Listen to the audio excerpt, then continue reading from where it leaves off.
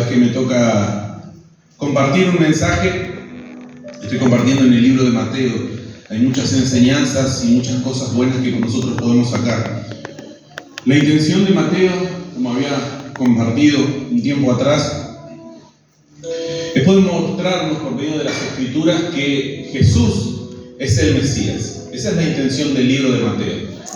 Por eso nosotros vamos a encontrar muchas profecías, vamos a encontrar mucho contenido en el libro de Mateo que le pertenece al Antiguo Testamento. ¿Sí? Vamos a encontrar muchas profecías de Isaías, por ejemplo. Entonces la intención de Mateo es eso, de mostrarnos que Jesús es el cumplimiento de todas las profecías del Antiguo Testamento. Esa es la intención de Mateo. Al escribir este libro, y cada vez que él habla acerca de alguien, él vuelve nuevamente y menciona las profecías de Isaías para decir, esto también es cumplimiento de los profetas. Amén. Y hoy quiero compartirles acerca de un personaje que también Mateo trata de mostrarnos por medio de las profecías, por medio el libro de Isaías, que era una persona esperada, era una persona anunciada. ¿Sí? Estamos hablando de Juan el Bautista. ¿Sí? Hoy quiero poder compartirles en breve un poco de la historia de él para que podamos entender. Libro de Mateo capítulo 11, vamos a leer y luego vamos a orar por esta palabra. Amén. Mateo capítulo 11 versículo 1 dice: Cuando Jesús terminó de dar instrucciones a sus 12 discípulos, se fue de allí a enseñar y a predicar en las ciudades de ellos. Y al oír Juan en la cárcel los hechos de Cristo, le envió 2 de sus discípulos para preguntarle: ¿eres tú aquel que había de venir o esperaremos a otro? Respondiendo Jesús, les dijo: id y haced saber a Juan las cosas que oís y veis. Los ciegos ven, los cojos andan, los leprosos son limpiados, los sordos oyen, los muertos son resucitados, y a los pobres es anunciado el Evangelio. Y bienaventurado es el que no halle tropiezo en mí. ¿Oramos? Bendito Dios, gracias te damos, Padre, por tu palabra. Señor, Dios de la gloria, Padre, queremos que tú puedas en este momento traer tu Espíritu Santo, Señor, que puedas traer claridad, Señor, por medio de tu palabra, Dios. Dios de la gloria, Señor, ábrenos el entendimiento, Padre amado, Señor, para que nosotros podamos comprender, Señor, los misterios, Dios de la gloria, Padre. Te pedimos que pongas en nuestro corazón, Señor, un corazón receptivo, Padre, un corazón de carne, Señor, un corazón enseñable, Dios. Dios de la gloria, Señor, aquí hay una promesa muy grande para nosotros, Señor, y queremos poder atesorarla en nuestro corazón. Por eso te pido, Señor, que tú puedas ungir mis labios, Señor, que todo lo que yo hable, Padre amado, Señor, sea guiado por tu Espíritu. Gracias te doy, Señor, por esta oportunidad que tú me das. Gracias, Señor, esta oportunidad que tenemos de poder escuchar tu palabra, Señor. En tu nombre oramos, Señor, y nos presentamos. En el nombre de tu Hijo Jesús. Amén y amén. ¿Quién era este Jesús? Este Juan. Si nosotros vamos al libro, al capítulo 11, vamos a ver que Jesús ya terminó el Sermón del Monte. Terminó una parte de las sanidades que hizo al pueblo. Y no solamente eso, sino que envió a sus discípulos también a predicar, a hacer la misma obra que él estaba haciendo. Él les dio autoridad para echar fuera demonios, para sanar enfermos a sus discípulos. Entonces, mientras ellos se iban, dice la Biblia que Jesús, recorrió la ciudad de sus discípulos y comenzó a enseñar y a continuar con la obra. Entonces dice la Biblia que esto llegó a oídos de Juan el Bautista, que él estaba en la cárcel, y él envió a preguntar si él era verdaderamente el Cristo o había que esperar a otro. Pero, ¿quién es este Juan? ¿Quién es este Juan que nosotros estamos leyendo? En el capítulo 1 de Lucas vamos a encontrar nosotros toda la historia de Juan. Ustedes pueden leerlo ahí en el primer capítulo. Hay un capítulo completo acerca de la vida de Juan, cómo él fue anunciado por los profetas, cómo su nacimiento fue anunciado. Él es hijo de Zacarías y de Isabel. Elizabeth. Zacarías era un sacerdote del templo, era alguien que servía dentro del templo. Así que Juan el Bautista era hijo de un sacerdote del templo y su madre era Elizabeth.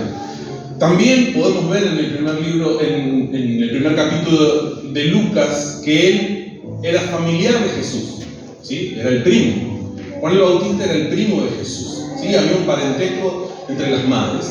Algo que ocurrió, el nacimiento de Juan el Bautista también vino por medio de un milagro, porque los padres eran muy ancianos y la madre era estéril.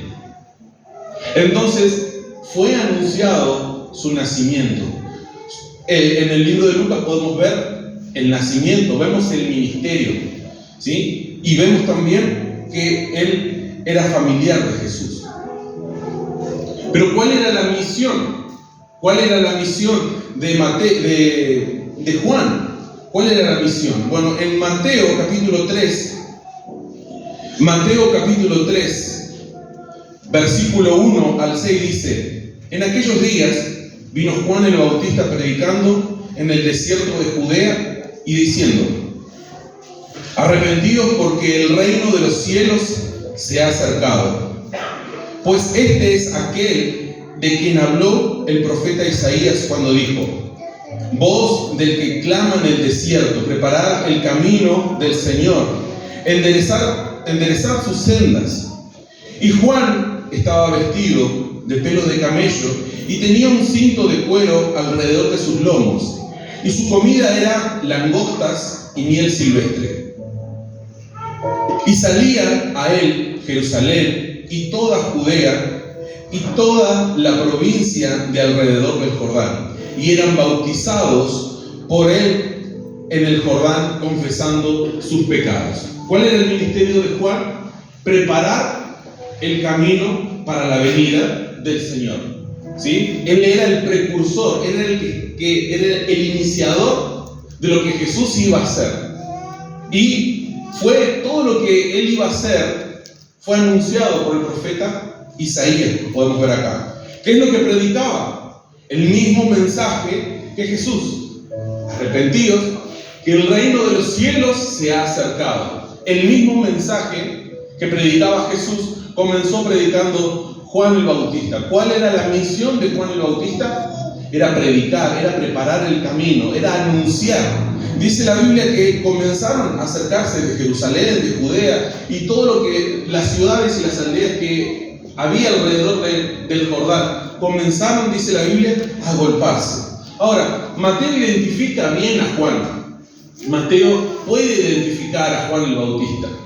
Él dice: él es la voz que clama en el desierto, así como dijo Isaías. Mateo en el libro nos está mostrando que él sabía perfectamente quién era Juan. Mateo podía saber quién era Juan el Bautista, pero no solamente Mateo sabía quién era Juan, el propio Juan el Bautista sabía quién era él, cuál era su misión, cuál era su tarea. Juan también ya sabía cuál era su misión. En Juan capítulo 1, versículo 19 al 27, nos habla acerca de Juan. Dice: este es el testimonio de Juan, cuando los judíos enviaron de Jerusalén sacerdotes y levitas para que le preguntasen: ¿tú quién eres? Confesó y no negó, sino confesó: yo no soy el Cristo. Y le preguntaron: ¿qué pues? ¿Eres tú Elías? Dijo: no soy. ¿Eres tú el profeta? Y respondió: no. Le dijeron: pues ¿quién eres? Para que demos respuesta a los que nos enviaron. ¿Qué dices de ti mismo? Dijo: yo soy la voz de uno que clama en el desierto, enderezar el camino del Señor, como dijo el profeta Isaías. Y le preguntaron y le dijeron: ¿por qué pues bautizas si tú no eres el Cristo, ni Elías, ni el profeta? Juan le respondió diciendo: yo bautizo con agua, mas en medio de vosotros está uno a quien vosotros no conocéis. Este es el que viene después de mí, él que es antes de mí, del cual yo no soy digno de desatar la correa del calzado. El ministerio de Juan comienza a acercar a la gente. Él comienza a bautizarlos, predicándoles acerca del arrepentimiento, y aquellos que se arrepentían también los bautizaba y les predicaba. Comenzaron a acercarse, y dice que enviaron gente del templo. Los fariseos, los escribas, enviaron gente para preguntarle quién era él y por qué estaba haciendo eso. ¿Por qué tanto tumulto de gente? ¿Por qué había tanto movimiento en la ciudad? Ellos sabían, el pueblo de Dios estaba esperando al Mesías, y le fue a preguntar porque había mucho movimiento, y hubieron 400 años antes de absoluto silencio, en donde Dios no hablaba, y el ver estas cosas que hacía Juan, comenzó la gente a preguntarse: ¿realmente este es el Cristo? Vamos a preguntarle. Entonces él dijo: yo no soy el Cristo, yo no lo soy. Y él dice, como habla Mateo, él se reconoce: yo soy la voz de uno que clama en el desierto. Así como dijo el profeta Isaías, yo soy. No solamente Mateo podía identificar a Juan, sino que Juan sabía quién era él. Él sabía a qué había venido. Ahora, no solamente Juan sabía quién era él, sino también sabía quién era Jesús. Él también identificaba a Jesús y también sabía cuál era la función de Jesús, cuál era el ministerio de Jesús. Un poquito más adelante, en Juan 1:29 dice: el siguiente día vio Juan a Jesús que venía a él y dijo: he aquí el Cordero de Dios que quita el pecado del mundo. Dice que Juan lo vio a Jesús y él dijo: Él es Jesús, yo no soy, Él es. Y Él viene a quitar el pecado. Él es el Cordero de Dios y viene a quitar el pecado del mundo. Podemos ver cómo Juan sabe quién es Él, sabe cuál es su función. Podemos ver que Juan puede identificar a Jesús. Podemos ver que Juan también sabe cuál es la tarea, cuál es el ministerio, cuál es la misión de Jesús.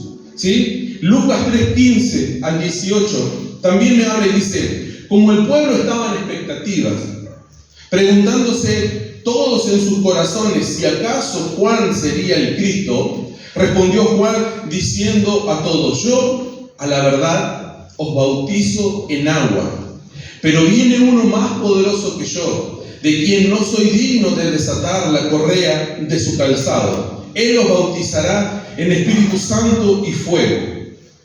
Su aventador está en su mano, y limpiará su era, y recogerá el trigo en su granero, y quemará la paja en fuego que nunca se apagará. Con estas y otras muchas exhortaciones anunciaba las buenas nuevas al pueblo.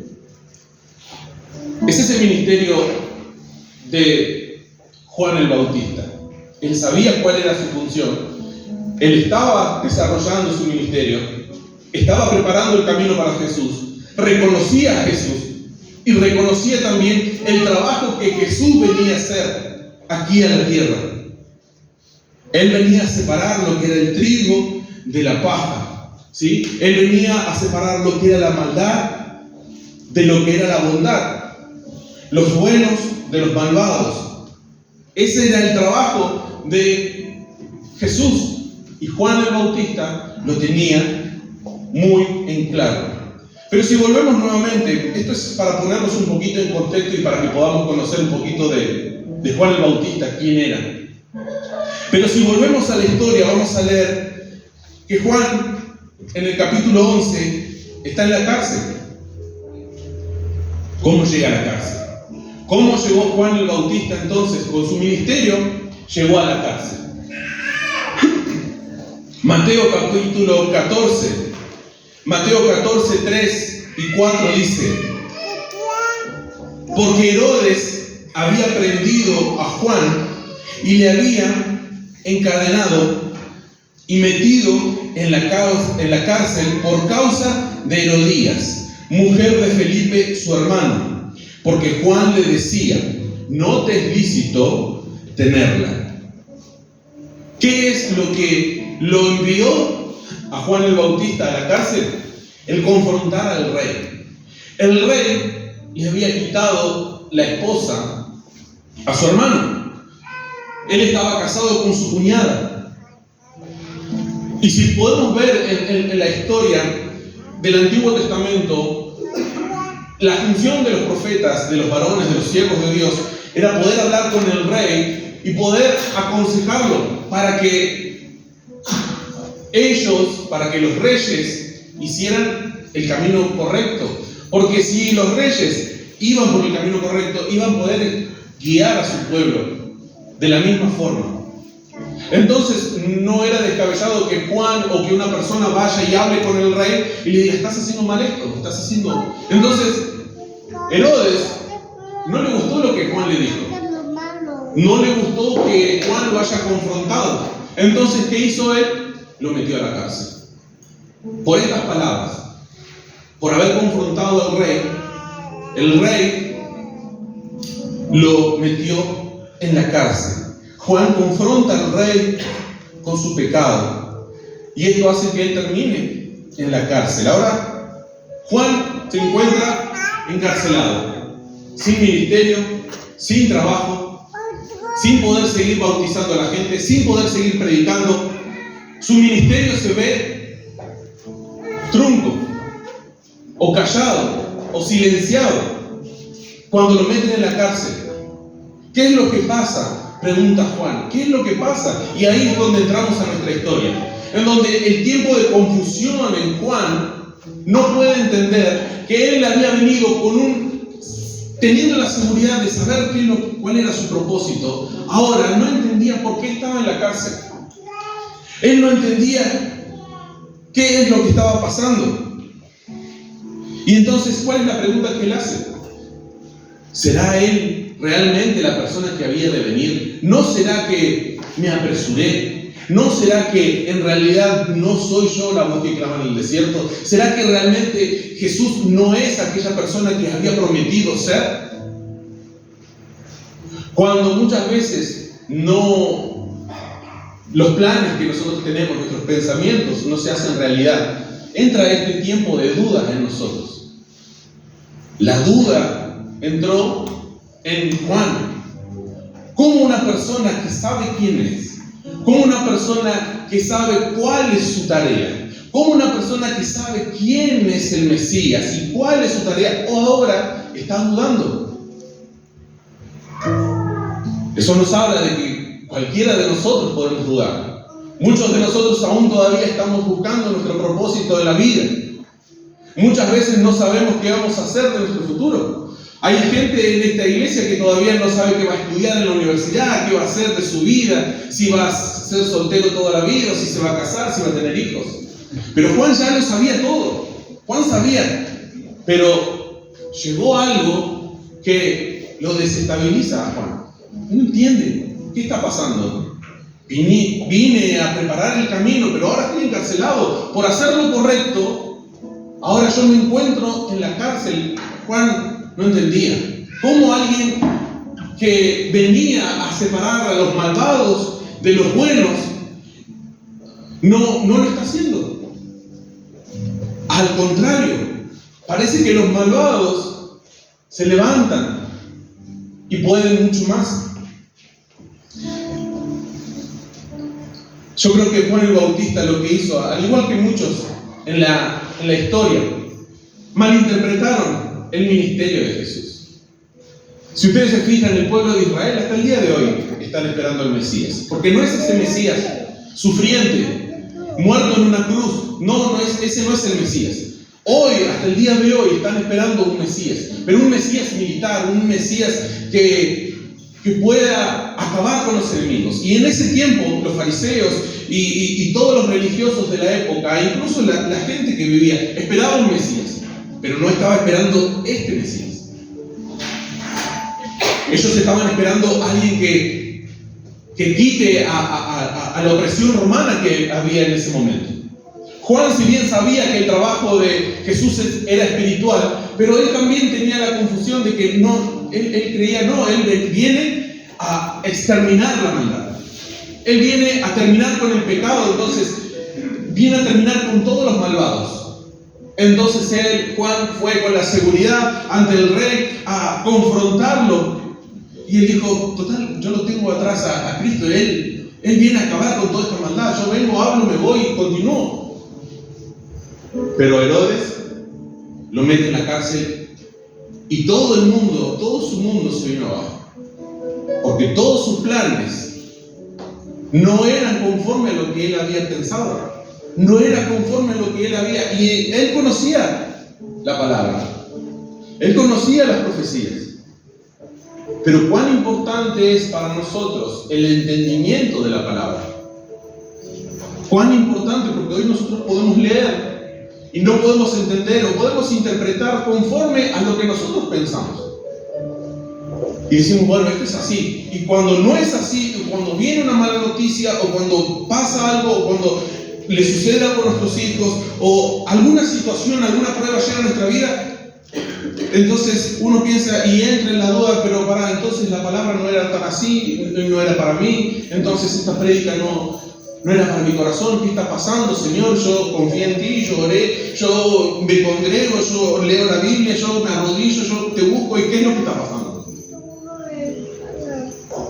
Si Juan el Bautista, alguien que sabía perfectamente quién era él y su misión, pudo dudar, ¿cuánto más nosotros? Mucho más. Pero ¿cuáles eran las palabras que él dijo? Lucas 3:17.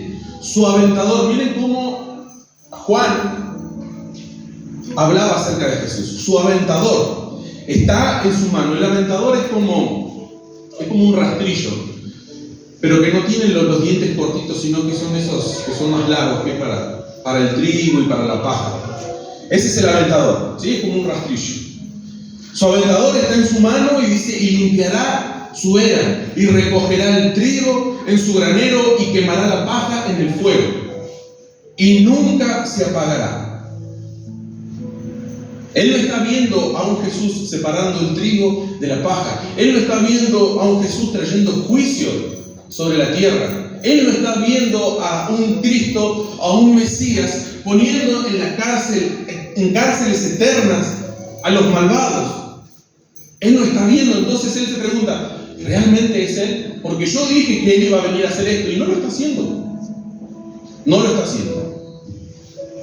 Juan perdió de vista que las profecías de Isaías nos hablaban acerca de un Mesías sufriente. No nos habla de un Mesías militar, un Mesías como con porte de rey, no. Nos habla de un Mesías sufriente. Isaías 53:4 dice, ciertamente llevó él, ¿quién? Cristo. Ciertamente llevó él nuestras enfermedades y sufrió nuestros dolores. Y nosotros le tuvimos por azotado, por herido de Dios y abatido.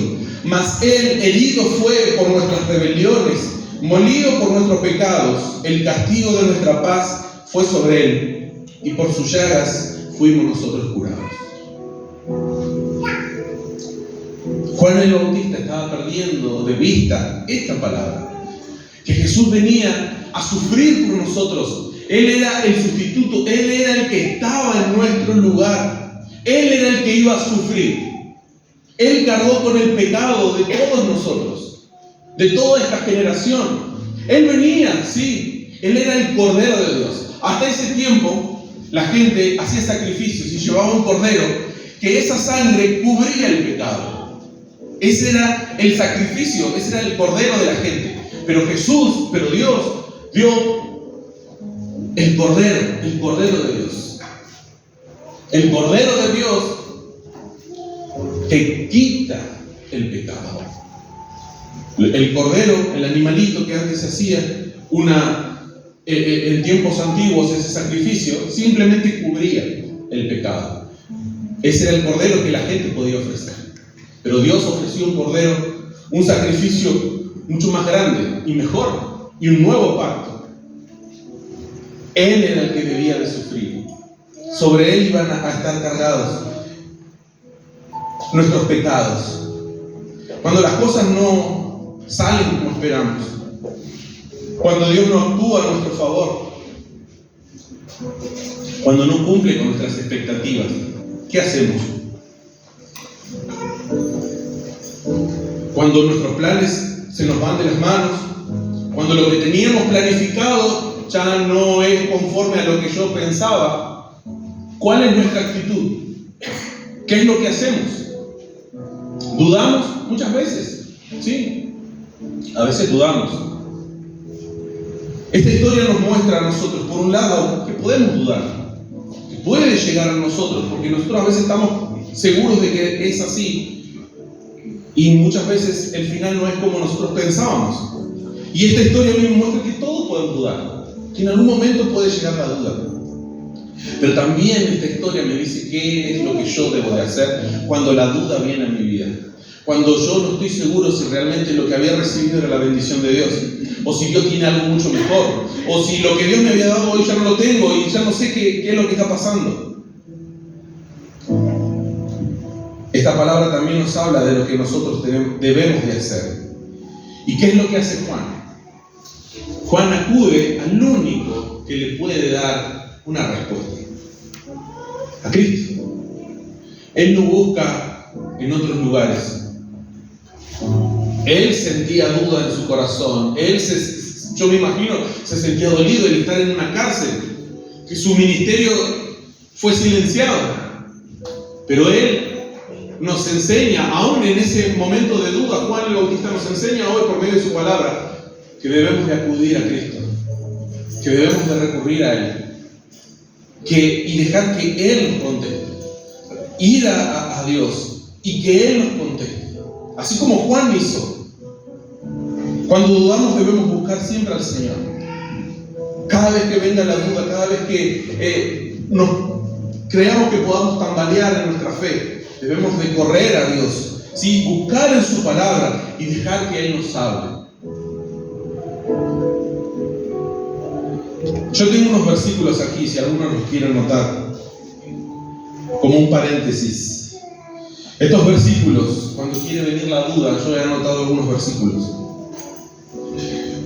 Cuando la duda quiere venir, poder recordar estos versículos. Isaías 26, 3 y 4. Isaías 26, 3 dice: tú guardarás en completa paz a aquel cuyo pensamiento en ti persevera, porque en ti ha confiado. Confiad en Jehová perpetuamente, porque en Jehová el Señor está la fortaleza de los siglos. Cuando mis pensamientos perseveran en las promesas de Dios, perseveran en su palabra, dice que Él nos va a guardar en completa paz. Él nos guarda en completa paz. Cuando las cosas no suceden de la forma en que nosotros estábamos esperando, dice la Biblia que Él nos guarda. Si nuestros pensamientos perseveran, no, yo tengo que buscar a Dios, no, yo tengo que leer su palabra, yo tengo que orar, necesito que Dios me hable. Cuando mis pensamientos perseveran en Dios, dice que Él me guarda en completa paz. Quizás la solución no ha llegado aún, pero Él me da la tranquilidad para que yo no cometa una locura. Él me guarda en completa paz. Él me da tranquilidad. ¿Y qué dice? Confiad en Jehová perpetuamente. Siempre. Confiad en Jehová perpetuamente, porque en Jehová el Señor está la fortaleza. Cuando nosotros pensemos que estamos débiles, cuando creemos que vamos a caer o que no tenemos fuerza, debemos de perseverar en el Señor, porque Él es nuestra fortaleza. En ningún otro lugar hay fortaleza, en ningún otro lugar hay fuerza. Salmos 27:13 es otro versículo. Salmos 27, 13 y 14 dice: hubiera yo desmayado si no creyese que veré la bondad de Jehová en la tierra de los vivientes. Aguarda a Jehová, esfuérzate y aliéntese tu corazón. Sí, espera a Jehová. Hubiera yo desmayado, dice. Hubiera yo desmayado si no creyese que veré la bondad de Jehová en esta tierra. Si yo vengo a la iglesia, si yo me congrego, si yo abro la Biblia, si yo oro, pero en mi mente no creo que Dios pueda hacer algo, si yo no creo que Dios pueda transformar mi vida, transformar mi familia, transformar mi economía, transformar mi casa, entonces voy a desmayar. Voy a recurrir a cualquier cosa y voy a desmayar. Me voy a debilitar. Pero dice: aguarda a Jehová, espera un poco más. Muchas veces somos impacientes, muchas veces queremos las cosas ya, o queremos de la forma que nosotros pensamos. Pero Dios dice: aguarda a Jehová, espera un poco más, persiste, que tus pensamientos persistan. Él te va a guardar en completa paz, pero persiste, aguarda, alista tu corazón, prepara tu corazón para recibir. No endurezcas tu corazón, no endurezcamos nuestro corazón. Y este versículo me gusta mucho. Primera de Pedro 5:7. Primera de Pedro 5:7 dice: echando toda vuestra ansiedad sobre Él, porque Él tiene cuidado de vosotros. No hay nada que le sorprenda a Dios. Cada situación que nosotros estamos viviendo está dentro del control de Dios. Por más que uno piense: no, esto ya se fue de control. No, Dios está en control. Si nosotros perseveramos en Jehová, Él mantiene todo. Y Él dice: echando toda vuestra ansiedad sobre Él. ¿Qué es lo que me puede provocar ansiedad? Que mañana comienza el último semestre del año, que comienzo a trabajar, se terminan las vacaciones, que no puedo, que no... Toda ansiedad, por más mínima que sea, toda la ansiedad. Y dice: porque Él tiene cuidado de vosotros. Él está esperando, Él te quiere dar esa paz, Él quiere que vos perseveres en Él para Él levantarte, Él te quiere fortalecer. Y por eso estamos aquí reunidos, es por eso que tenemos un tiempo de alabanza, un tiempo de adoración y creemos en las promesas de Dios. Estuvimos escuchando un testimonio, personas que creyeron al poder de Dios y dijeron: vamos a orar por esto. Pero hay que creer y en fe orar. Entonces de esa forma yo puedo recibir. Yo he hecho sobre todo, sobre Dios todo, mi enfermedad, mi casa, mis hijos, mis preocupaciones, mi ansiedad, mi enfermedad, porque Él tiene cuidado de nosotros. ¿Cuántos creen eso? Pero ¿cuál es la respuesta de Jesús entonces? Volvemos nuevamente a la historia. Él tú el Cristo, le dice Juan. ¿Eres tú el que había de venir? ¿Y cuál fue la respuesta de Jesús? Mateo 11, volvemos nuevamente a leer. Mateo 11, 4 y 5 dice: respondiendo Jesús les dijo: id y haced saber a Juan las cosas que oís y veis. Los ciegos ven, los cojos andan, los leprosos son limpiados, los sordos oyen, los muertos son resucitados, y a los pobres es anunciado el Evangelio. Yo les comparto algo. Yo he visto películas, he leído la palabra, y hay algo que siempre me enojaba o me molestaba quizás. Es que Jesús no era más simple con las respuestas. Yo me pregunto: ¿por qué Jesús no le dijo: sí, yo soy el Cristo? ¿Por qué no le dijo: sí, soy yo? Vayan y díganle que soy yo. Pero Jesús también nos está enseñando algo con su respuesta. Jesús también nos enseña de que en su palabra, en la palabra de Dios, están todas las respuestas. ¿Qué es lo que está contestando Jesús? Él está contestando con dos citas bíblicas. Él está contestando con Isaías 35:5 y con Isaías 61:1. Los ciegos ven, los cojos andan, los leprosos son limpiados, los sordos oyen, los muertos son resucitados. Eso es Isaías 35. Y a los pobres es anunciado el Evangelio, Isaías 61. ¿Qué es lo que Jesús me está enseñando? Cada vez que yo necesito respuestas. A veces uno quiere sí, no, esperar, bueno, más tarde. Pero Jesús nos enseña que debemos de ir a la palabra de Dios. Porque en la palabra de Dios están todas las respuestas. En la palabra de Dios. Jesús nos envía a la palabra. A veces nosotros buscamos, Señor, quiero que vos me hables y que me digas esto. Y Jesús nos manda a la palabra. A la palabra. Jesús eso es lo que nos está enseñando. Que cada respuesta siempre está en su palabra. Lo que Jesús quiere y lo que hoy Dios quiere enseñarnos, que cada vez que estemos en un tiempo de duda, que las cosas no hayan salido como nosotros esperábamos, Jesús nos enseña que vayamos, observemos la palabra de Dios y podamos ver qué es lo que Dios está haciendo. Jesús en otras palabras dice, yo estoy haciendo lo que vine a hacer. Yo estoy haciendo. Que Juan no lo está viendo. Juan tenía un pensamiento de que Jesús iba a hacer otra cosa, pero Jesús dijo, pero los cojos andan, los ciegos ven, los sordos oyen, los muertos son resucitados. Jesús, me imagino sorprendido, pero ¿qué yo estoy haciendo? He sido enviado para hacer estas cosas. Y yo estas cosas estoy haciendo. Estaba mal lo que Juan estaba pensando de Jesús, que él iba a venir con el aventador y que iba a separar la paja ¿sí? Es correcto, pero no de la forma que él pensaba. Él quería trabajar en nuestro corazón. Él quería trabajar en el corazón. Amén. Cada vez que tengamos nosotros una duda debemos de recurrir a Él. Y Jesús finaliza diciendo, y bienaventurado es el que no halle tropiezo en mí. Tengo otra versión yo. Mateo 11:6, yo tengo otra versión, un lenguaje actual, dice, Dios va a bendecir a los que me ven hacer esto y no me abandonan.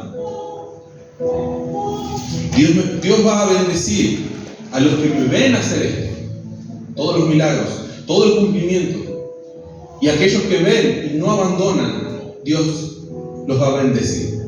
Yo los invito a ponerse de pie.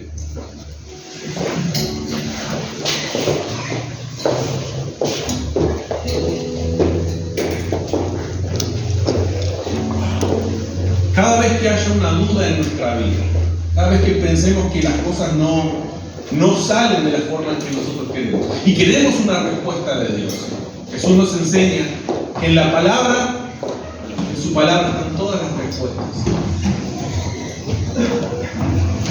¿Por qué nosotros como iglesia tenemos células, discipulados, actitud pastoral? Porque creemos que en la palabra están todas las respuestas. No necesitamos absolutamente nada del mundo ni de lo que está afuera para obtener una respuesta. Todas las respuestas están aquí en su palabra. Jesús le responde a Juan el Bautista con la palabra. Cuando el enemigo venía a tentar a Jesús, ¿qué decía él? Escrito está. Ahora, ustedes dirán, ¿por qué? ¿Por qué, Diego, usaste tantos versículos y nos recorriste tanto la Biblia hoy?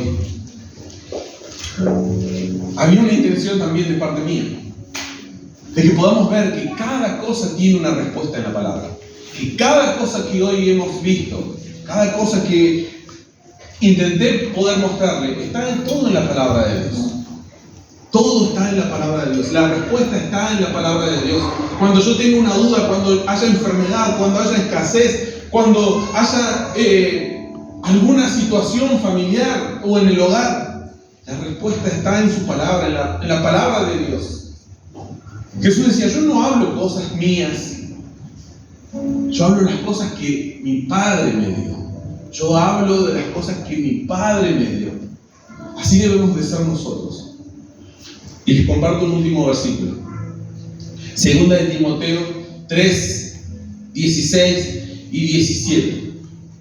Yo tengo otra versión aquí que quiero compartirles. Dice: toda la Escritura es inspirada por Dios y es útil para enseñarnos lo que es verdad y para hacernos ver lo que está mal en nuestra vida. Nos corrige cuando estamos equivocados y nos enseña a hacer lo correcto.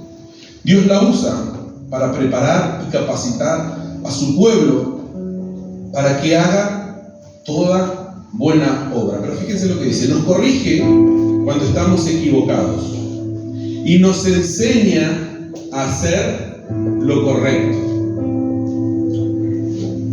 Juan creía otras cosas. Juan tenía en su mente otra clase de Mesías, otra clase de respuesta. Pero la palabra nos corrige cuando estamos equivocados.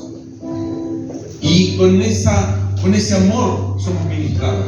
Y vamos a ver que en este libro, que fue escrito hace tantos años, hoy trae tanta libertad, trae sanidad, trae prosperidad, trae libertad, no solamente para nosotros, para nuestros hijos, para nuestra familia. Mateo se detuvo en un momento de la historia para poder enseñarnos esto, de que la palabra de Dios es suficiente para cada cosa que nosotros necesitamos. Su palabra es suficiente. Cada vez que tengamos una duda, vayamos a su palabra. Y si a alguno de nosotros nos cuesta, por eso tenemos grupos para que ustedes puedan estudiar la palabra. Porque sabemos que en ella hay vida. Sabemos que en ella hay esperanza. Y cuando nosotros dejamos que la palabra actúe en nuestra vida, ahí comenzamos a ver las cosas de una forma diferente. Ahí podemos encontrar nuestro propósito, ahí podemos encontrar lo que Dios vino a hacer y lo que Dios quiere hacer. Ahora, yo creo que estas palabras que Jesús le dijo a Juan trajeron calma a Juan. Porque él dijo: sí, realmente él está haciendo lo que vino a hacer. Y él no retrasa su venida, sino que él es paciente con todos nosotros para que todos accedamos al arrepentimiento, para que todos seamos salvos. Juan 3:16 dice: porque de tal manera amó Dios al mundo, que ha enviado a su Hijo unigénito para que todo aquel que en él cree no se pierda. Dios no quiere que nadie se pierda, sino que todos lleguemos a la vida eterna. No es un libro para tenerlo abierto en el Salmo 91 o para tenerlo debajo de la almohada. El poder realmente está cuando nosotros leemos y cuando el Espíritu Santo nos revela. Amén. Debemos de leer su palabra. Oramos por esta palabra. Dios, gracias te doy, Señor, por tu palabra. Padre amado, Señor, Dios de la gloria, si en este momento hemos venido con dudas, Señor, en nuestro corazón. Padre amado, Señor, tu palabra hoy disipa toda duda, Padre. Dios de la gloria, Señor, tú nos llevas a tu palabra, Dios, para que nosotros podamos entender que tú estás obrando. Y que podamos ver todo lo que tú has hecho con nosotros. Por eso cada vez que la duda quiera venir a nuestra mente, cada vez que el enemigo quiera traer debilidad a nuestra vida, tú nos enseñaste que debemos de correr a la palabra, que en ella hay vida, que en ella hay esperanza, Dios. Dios de la gloria, gracias te doy, Señor, por tu palabra, Padre. Gracias, Señor, porque has llegado a nuestra vida, has llegado a nuestro corazón y nos has transformado, Padre. Bendice, Dios, nuestro corazón. Bendice, Padre amado, Señor, nuestra vida, Padre.